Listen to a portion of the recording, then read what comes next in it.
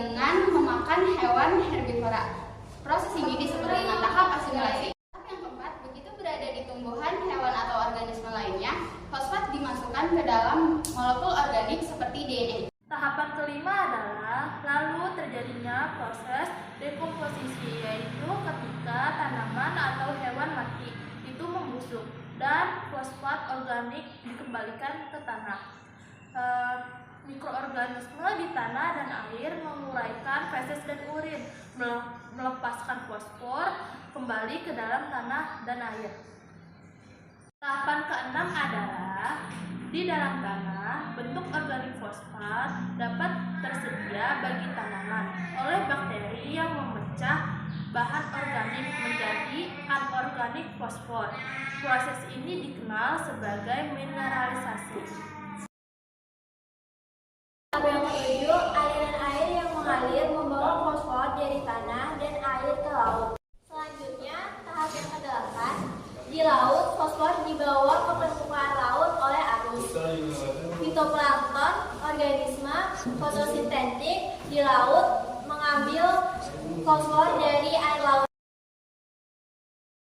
Tahapan yang ke-9, fosfor akan berpindah dari fitoplankton ke zooplankton, ikan, dan hewan laut lainnya.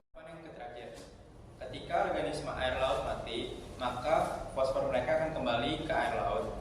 Tanah dan air akan berakhir di sedimen dan batuan yang kembali melepaskan fosfor melalui pelapukan. Dengan demikian, fosfor akan dimulai lagi. Faktor-faktor yang mempengaruhi siklus fosfor. Aktivitas manusia seperti penggunaan pupuk fosfat dan deterjen dapat meningkatkan jumlah fosfor di lingkungan. Eutrofikasi, peningkatan fosfor di air dapat menyebabkan eutrofikasi. Pertumbuhan alga yang berlebihan dapat mencemari air. Penggunaan batuan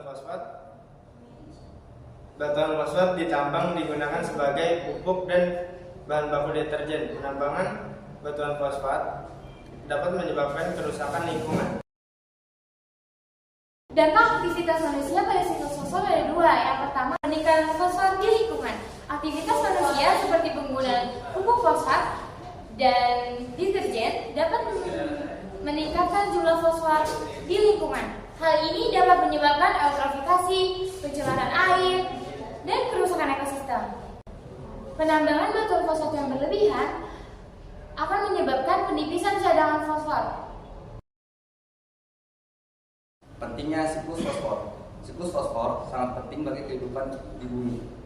Fosfor adalah elemen penting dalam DNA, RNA, dan ATP yang merupakan sumber energi utama bagi sel. Siklus fosfor memastikan bahwa fosfor tersedia bagi organisme hidup untuk pertumbuhan dan reproduksi. Sekian penjelasan fosfor dari kelompok kami. Kurang lebihnya mohon maaf. Wassalamualaikum.